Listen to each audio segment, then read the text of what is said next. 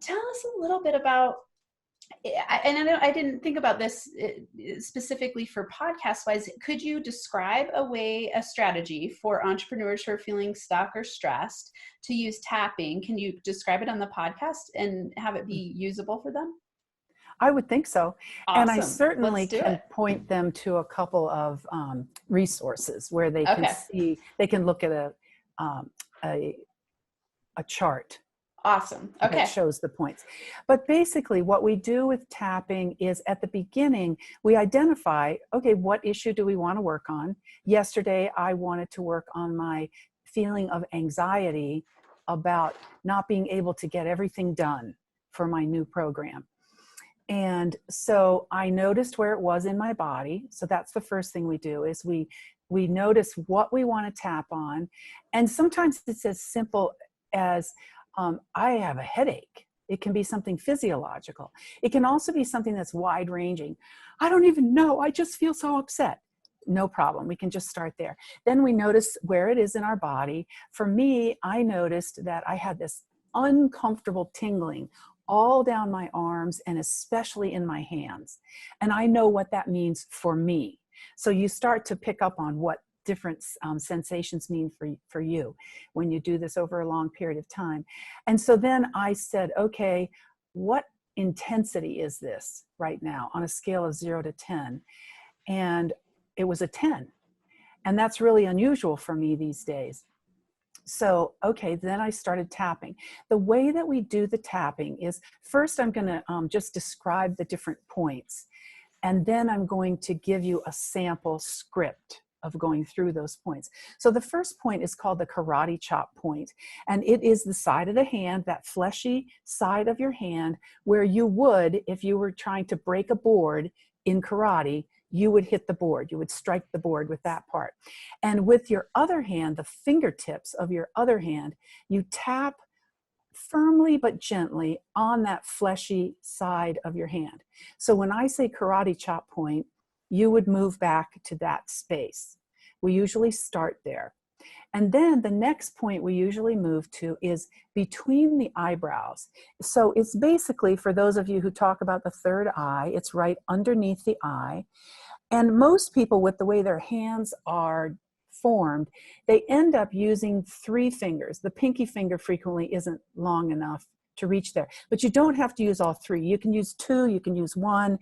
I just got trained using 3, so that's what you'll see if you see me do it. So you take several fingertips and you tap between your eyebrows. That's called the eyebrow point. The next point is the side of the eye. And it's just, you know, where if you're a female and you put eyeliner and you slip and you go out too far, that's where that would be. But it's right on the edge of the bone too. And you can do either side of your face, or you can do both sides for places like the eyes where there are 2. So next to the eye, you would tap there. The next part is under the nose. The next point, under the nose, pretty basic. And again, still using 2 to 3 fingers. The next point is the chin point, or under the mouth.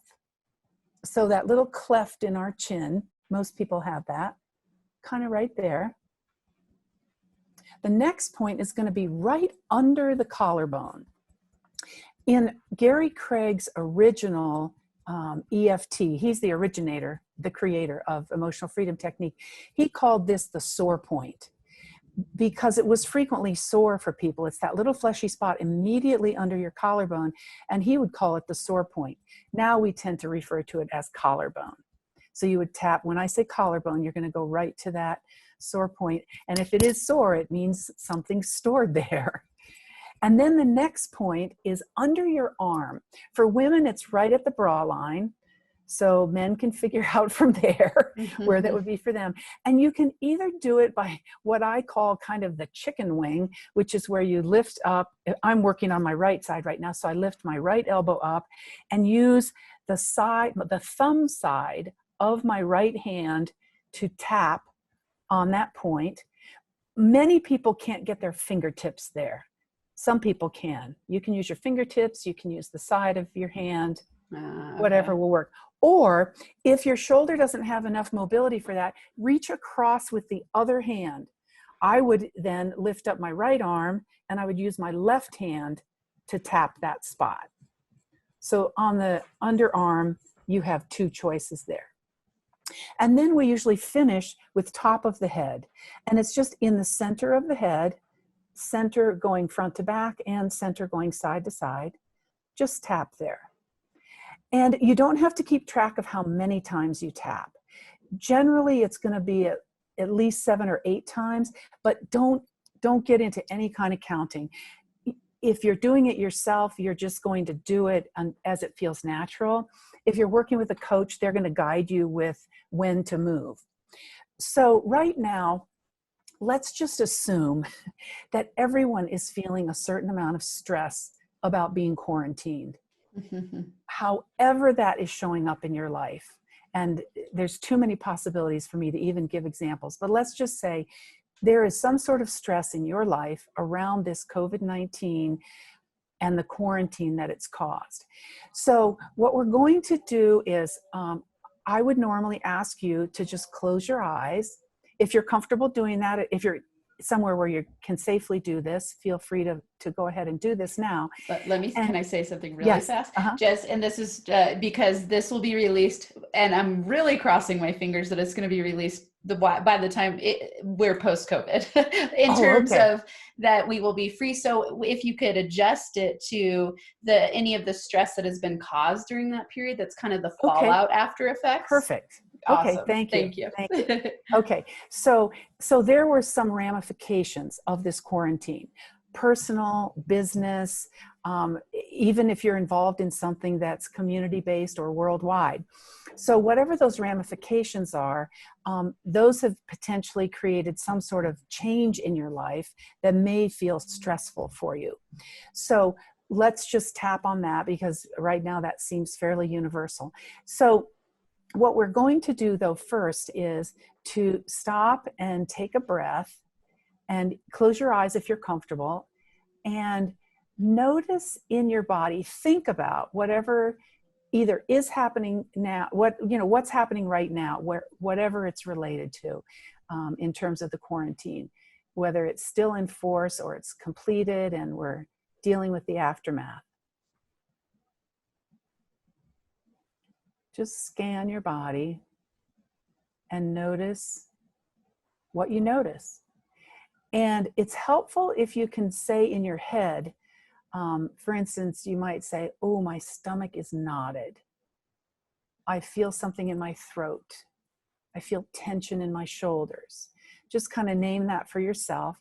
And then assign an intensity to that on a scale of 1 to 10, 1 being it's very mild, and 10 being you're going to jump out of your skin with it.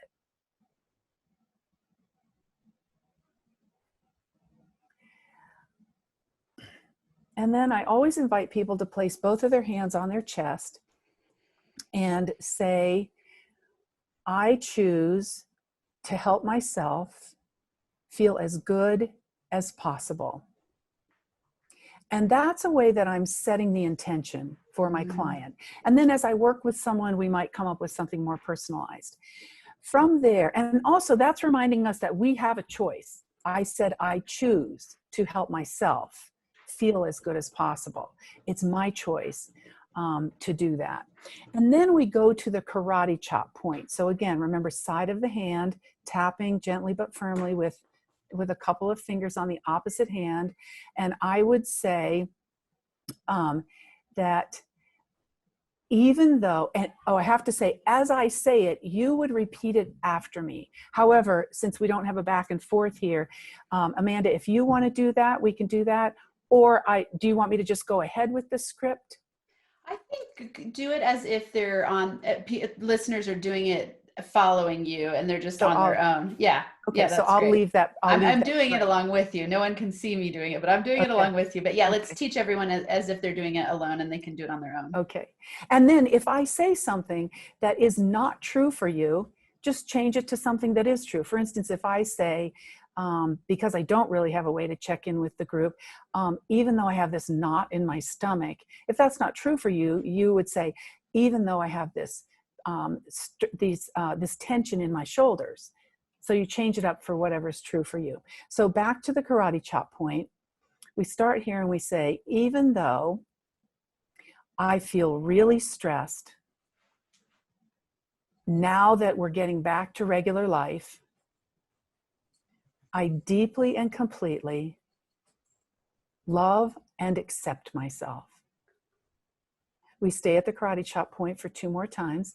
Even though I feel really stressed by everything I have to deal with right now, I deeply and completely love and accept these feelings and myself.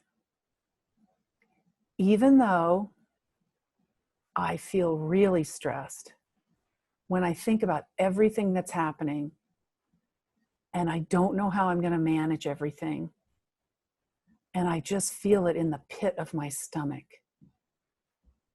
I feel sick to my stomach. I honor these feelings and I deeply and completely love and accept myself. Now we move to the eyebrow point. All these feelings, side of the eye, all these feelings in my body, under the nose, all these emotions, chin point. Everything is just swirling around. Collarbone point. I feel off balance. Under the arm. I don't even know where to start. Top of the head. I wish I knew what to do first. And then we can stop here and take a breath in through the nose, out through the mouth, and just check in. See if anything has changed.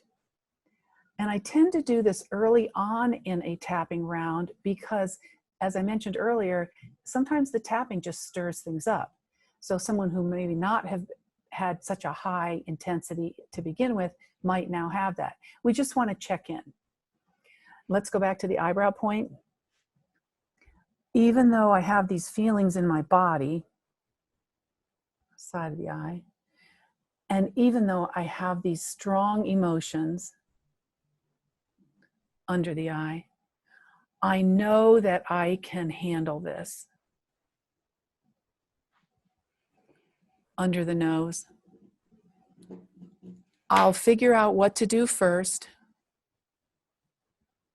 Chin point. And then I'll get started. Under the arm. I know I've been through difficult situations before.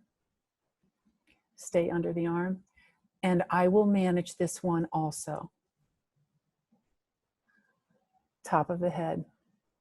I accept the emotions that I'm feeling. Eyebrow point. I accept the sensations in my body. Side of the eye. I feel these feelings of dread under the eye. I feel these sensations of overwhelm in my body. Under the nose. I notice them in my stomach and my shoulder and my head. Chin point. And I'm ready to let those go. Under the arm. Am I really ready to let them go? Sometimes we're not. So I rely on client feedback for that. Top of the head. I am ready to begin releasing this. Eyebrow point. I let go of this feeling of overwhelm. Side of the eye. I envision it as a chunk of ice sitting on my chest. Under the eye. I watch that chunk of ice melt under the nose. My feelings of overwhelm are melting away. Chin point. They're getting smaller and smaller. Under the arm. Now there's just a puddle of water left.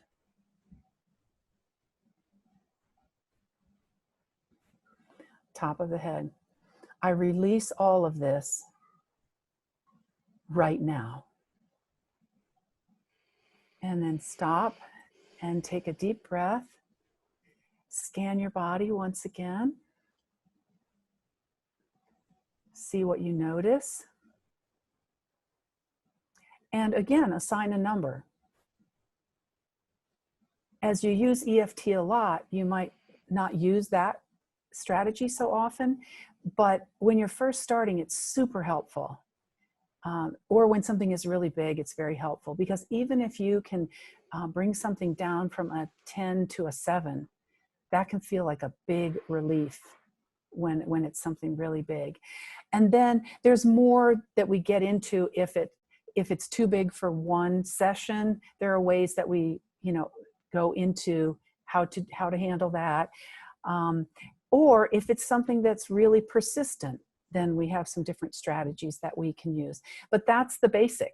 Wow. I have to say, I feel, first I want to say for everyone listening, I'm going to put this on YouTube so that you can watch, because I think it's really helpful to get to see. So this whole episode is going to go on YouTube. So go to Max Potential Habits on YouTube if you want to watch and follow Anne through the process, because I feel lighter. I've done a little bit of EFT, but not a lot. And I actually just enrolled in a kind of a mini course to start learning the strategies for myself and to help people. But that was so powerful to just notice the energetic shift. For me, it's just an energetic shift where I go, oh, I feel lighter.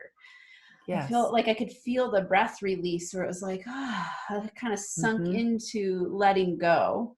And right. It's really, really amazing stuff. I mean, acupuncture has always been something I've turned to that's been really, really powerful for me.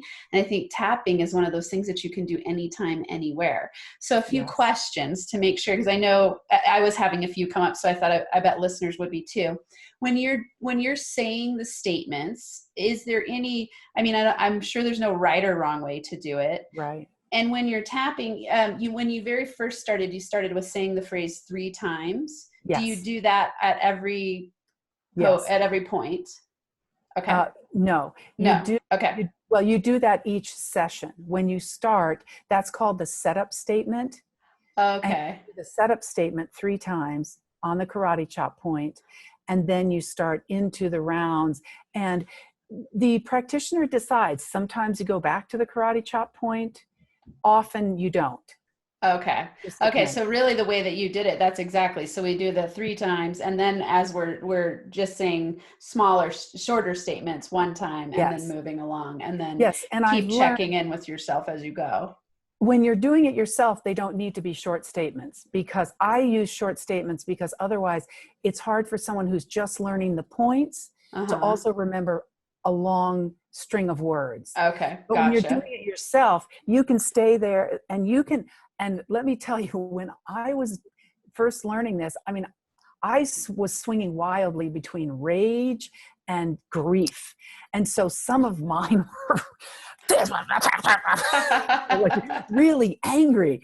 And it's just, so that's one thing, is it's not always going to be this really calm thing. Sometimes you're going to be sobbing if it's something really big. The other thing that's important for me to tell people is it doesn't even have to have words. If you think, I can't do this because I'll say the wrong words, just drop that belief right now.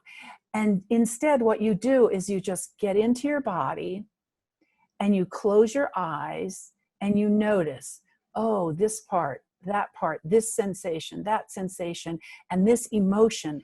And then you just hold those in your mind as you tap.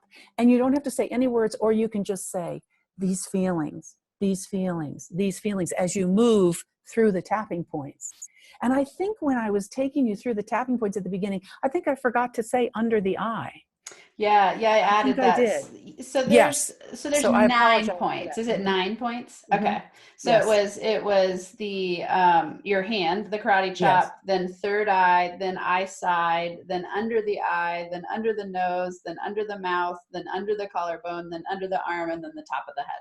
Yes. Okay. So for Yes. everyone listening, just write it down there. And I think that sometimes people get stuck on methods where they go, it's got to be done the exact right way. And I could tell just by the focusing on yourself helps you be mindful, Mm-hmm. so that powerful strategy. And, so don't get stuck in thinking I've got to do it right.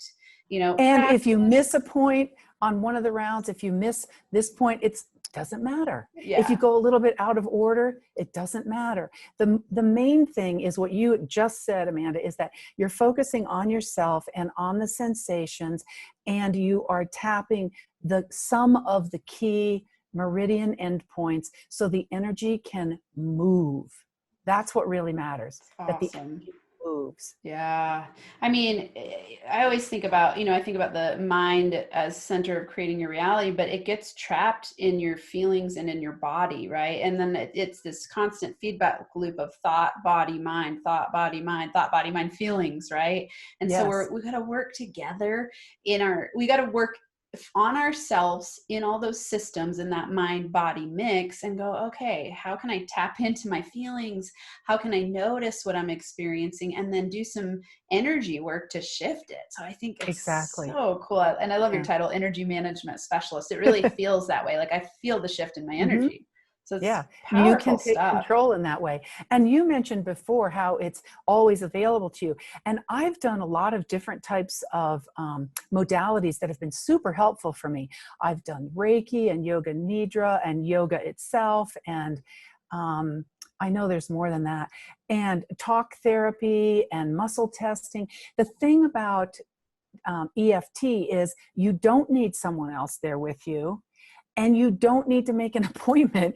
If you're at work and something really big comes up, you can, if it's possible, excuse yourself, go into the bathroom stall and tap without saying any words, especially if you think you're about to lose it. You don't want to do that. It's not helpful for you.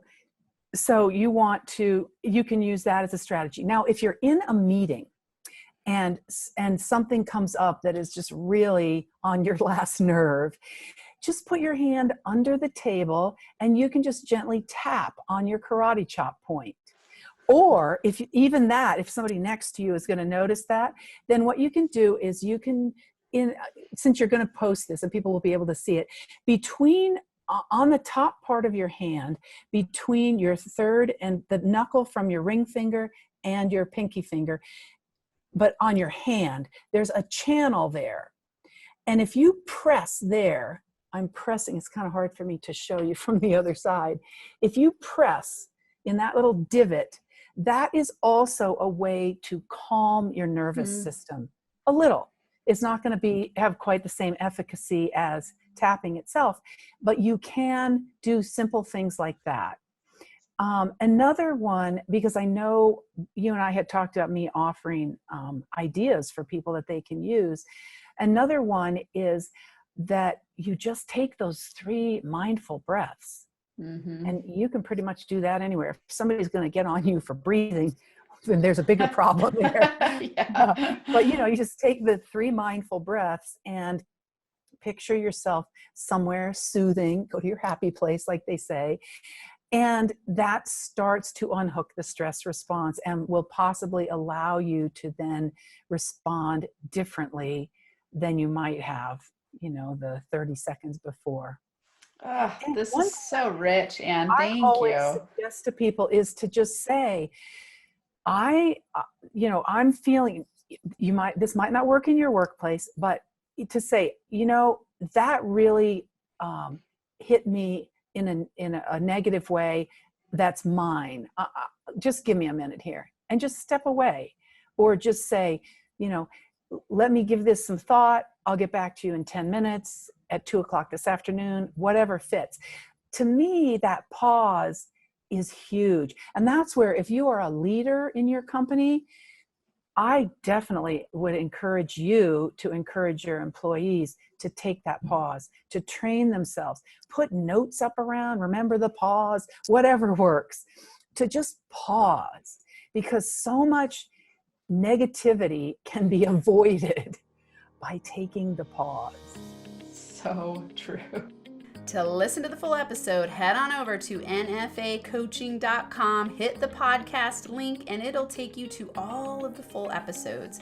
And go ahead and leave some comments. I'd love to hear from you to know how these inspirational interviews, tips, and tools are impacting you in your life and business.